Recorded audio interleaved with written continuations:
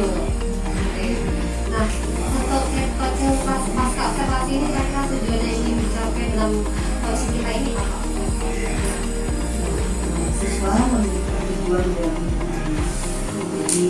di dalam prosesnya itu mereka mungkin membawa berbagai macam hal yang harus dilakukan, dan melalui kegiatan ini ketika mereka sudah memiliki tujuan dan ketika mereka sudah mencapai itu menjadi kebahagiaan ya, itu merupakan kebahagiaan karena mereka sudah menemukan titik tujuan mereka.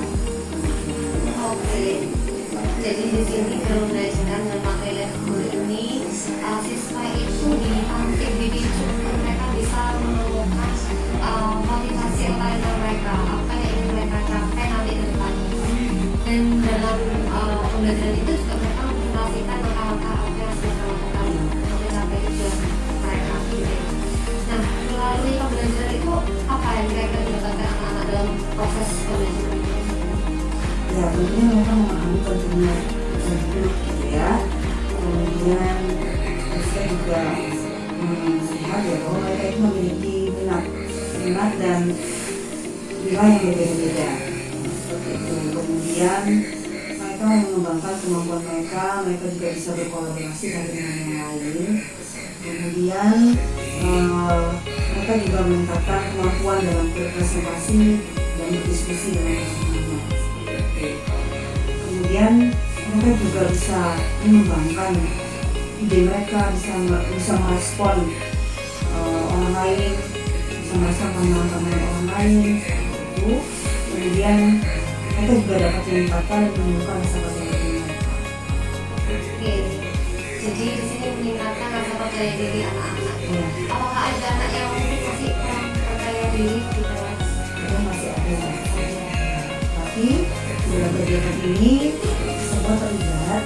Ya, memang ada anak yang percaya diri dalam menyampaikan presentasi, ada juga yang sedang gitu ya, tapi ada juga yang kurang percaya diri tapi masih bisa menampilkan presentasinya dengan cukup baik. Jadi dibalik mungkin ketidakpercayaan diri mereka, tapi mereka mencoba untuk mau sih ya, mencoba percaya diri untuk tampil dan presentasikan apa yang menjadi tujuan hidup mereka. Nah, untuk dalam proses menemukan tujuan hidupnya, apakah ada kesulitan ya anak-anak ini? Atau perlu tanya bisa aku bingung gitu? Ya, ada satu itu apa sih? Ada satu dua anak-anak yang seperti itu, jadi masih bingung. Ya mungkin karena usia mereka memang masih muda ya, usia 14 tahun itu dimana usia itu masih banyak perkembangan, mungkin saya katakan labil juga ya, jadi masih ada satu dua anak, tetapi cukup banyak anak yang sudah memiliki, sudah kira-kira mungkin saya katakan 90% dia sudah tahu usia sekian dia mau apa, usia sekian dia mau apa, usia sekian dia mau apa, itu sudah ada juga anak yang seperti itu. Untuk anak yang sudah tahu ini apakah masih ingat? Kira-kira ada nggak anak yang usia sekian pengen jadi apa, usia sekian pengen jadi apa? Ada. Jadi ketika dia usia 15 tahun dia ingin lulus dari SMP ini dengan nilai yang baik, dengan predikat yang baik, kemudian dia mau melanjutkan ke SMA yang sudah mereka pilih gitu ya, dengan peminatan yang bisa dikatakan lebih kepada kekebalan kepada kesana. Kemudian ketika kita sudah lulus SMA, mereka akan mengambil kuliah jurusan teknik dan itu rencana mau melanjutkan ke luar negeri seperti itu. Kemudian mereka akan melanjutkan ke luar negeri dan menyelesaikan semuanya. Untuk beberapa waktu mereka akan bekerja, ikut perusahaan atau kerja ikut orang seperti itu. Nanti ketika sudah terkumpul dana atau terkumpul uang, mereka akan membuka usaha. Nah, itu ada beberapa anak yang Jadi mereka sudah mulai memberani ya, mungkin harus lulus SMP dengan predikat baik, saya pengen SMA di favoritnya dia, kemudian sudah berencana untuk kuliah. Ya pun rencana kuliahnya anak itu pengen bekerja sendiri gitu ya. Ya, pada akhirnya akan bekerja sendiri, tapi sebelumnya mereka ikut apa istilahnya ya, ikut perusahaan tertentu ya, untuk iya untuk mengumpulkan modal dalam tanda kutip seperti itu.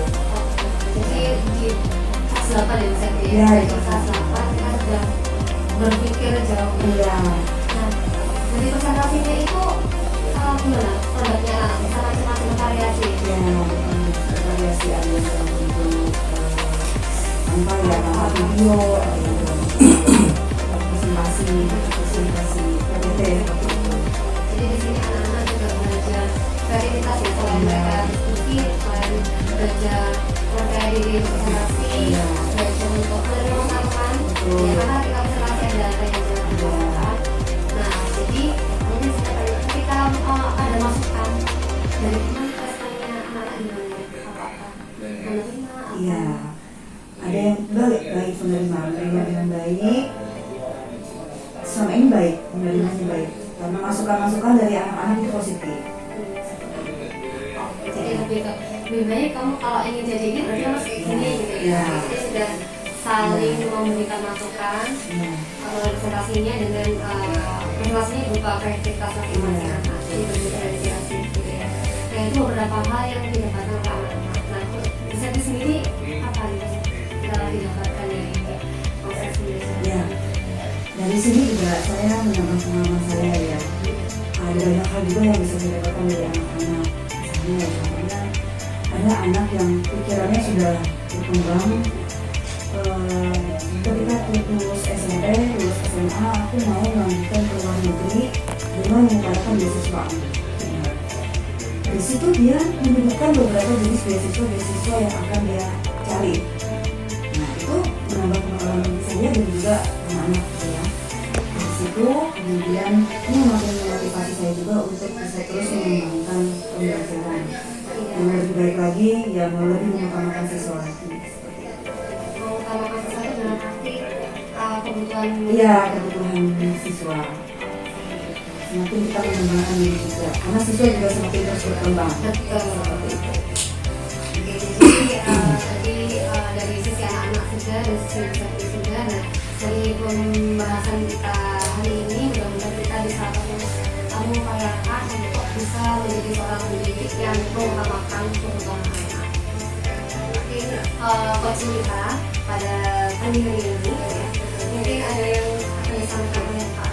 Iya, terima kasih luar biasa tadi perbincangannya. Nah, untuk yang ingin saya sampaikan ini adalah pembuatan APD berdiferensiasi yang sudah dipandu oleh Miss Rizke mulai dari pra sampai dengan observasi dan sekarang masih setelah melakukan observasi. Yang pertama ada diferensiasi ada tiga. Jadi ada konten, proses dan juga program. Tadi sudah dijelaskan untuk kontennya sendiri, materinya adalah life goal. Nah itu dilakukan dengan cara apakah ada asesmen diagnostik di situ untuk prosesnya. Terus produknya tadi disampaikan Canva video dan juga presentasi PPT. Itu sudah kelihatan, tinggal prosesnya mungkin nanti bisa ditambahkan. Terus ada juga di situ harusnya ada KSI, kompetensi sosial emosional. Jadi bagaimana pendekatan kita ke anak. Jadi setiap kelas itu pasti ada problem, ada karakter yang berbeda. Meskipun sama-sama kelas 4 pasti punya karakter yang berbeda, atmosfer yang berbeda. Nah, kita sebagai bukan hanya untuk memberikan ilmu, tapi juga membuat karakter atau membentuk karakter siswa.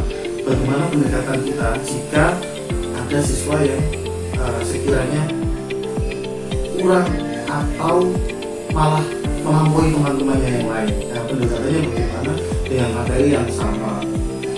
Terus untuk budaya positif tadi sudah disampaikan, sudah muncul memahami tujuan hidup, mampu berkolaborasi, meningkatkan rasa percaya diri. Nah, itu sudah muncul di situ. Terus semua yang kita lakukan ini memang harusnya berpusat pada siswa. Nah, jadi pengembangan kurikulum Merdeka itu sebetulnya esensinya yaitu membentuk karakter siswa, hanya itu sebetulnya. Nah ini sebetulnya sudah terlihat semua, cuman prosesnya ini nanti mungkin bisa dijelaskan lagi dan pendekatannya bagaimana. Tadi sudah disampaikan ada problem 1, 2, dan 3 itu pendekatannya bagaimana. Nah, jadi ini semuanya sudah kelihatan sebetulnya secara umum, ada kontennya, terus produk, KS-nya juga. Ini pendekatannya, KS-nya nanti mungkin gandeng sama prosesnya tadi, bagaimana pendekatannya, budaya positifnya sudah keluar. Nah jadi pembelajarannya saya rasa sudah berjalan sesuai dengan apa yang disampaikan oleh Miss Rizka tentang RPP berdiferensiasi. Nah mungkin bisa ditambahkan untuk proses dan pendekatannya itu bagaimana dari materi yang sudah diberikan. Proses itu lebih ke yang video. Ya. Jadi jadi mungkin bisa ditambahkan kalau misalnya kurang. Jadi dalam pembelajaran ini memang yang saya observasi itu yang bagian pertemuan berikutnya. Jadi udah ada produknya, anak presentasi ya sama kayak bapak orang saya itu. Itu sama halnya karena ini kan memang masa-masa PTS saat itu dimana untuk benar-benar tidak latihan soal, jadi memang saya memilih mereka karena ada presentasinya di situ gitu. Jadi ketika saya masuk ke kelas memang sudah presentasi, tetapi sebelumnya Bu Septi menerapkan cooperative learning di mana anak-anak berdiskusi di sana, dan dalam diskusi tersebut kan sesuai dengan kebutuhan anak ya, anak-anak kalau misalkan bisa belajar melalui video, maka anak melalui video, kalau misalkan anak-anak lebih suka membaca, mereka membaca. Jadi dalam kelompok itu mereka tetap belajar sesuai dengan apa yang mereka sukai ya, apa yang mereka lebih mudah menangkap. Nah setelah itu mereka berdiskusi, nah setelah itu baru membuat produknya, setelah itu presentasi. Nah untuk KSE-nya sebenarnya di RPP sudah ada langkah-langkahnya. Jadi ketika anak berdiskusi apa saja yang KSE yang bisa dipelajari, misalkan anak-anak belajar kesadaran sosial, kesadaran diri, belajar diri, nah sudah ya luar biasa sekali, sudah tuntas semua, kelihatan berdiferensiasi, muncul juga KSE tadi sudah disampaikan untuk pendekatan ke siswanya, budaya positif juga sudah ada. Nah yang perlu saya ulang di sini harus ada asesmen diagnostik di awal. Jadi sekali lagi siswa itu punya karakter yang berbeda, jadi mereka punya gaya belajar yang berbeda yang harus kita sesuaikan. Nah, salah satunya tadi dengan cara diskusi. Nah, diskusi dengan siswa, maka siswa bisa membuka dirinya bahwa ini loh saya, ini gaya belajar saya. Belum tentu metode yang kita gunakan sekali lagi sesuai dengan siswa kita. Nah, jadi di akhir materi biasanya ada refleksi. Materi hari ini yang sudah didapat apa? Kira-kira dari metode yang hari ini gaya belajar seperti ini kalian suka enggak? Suka.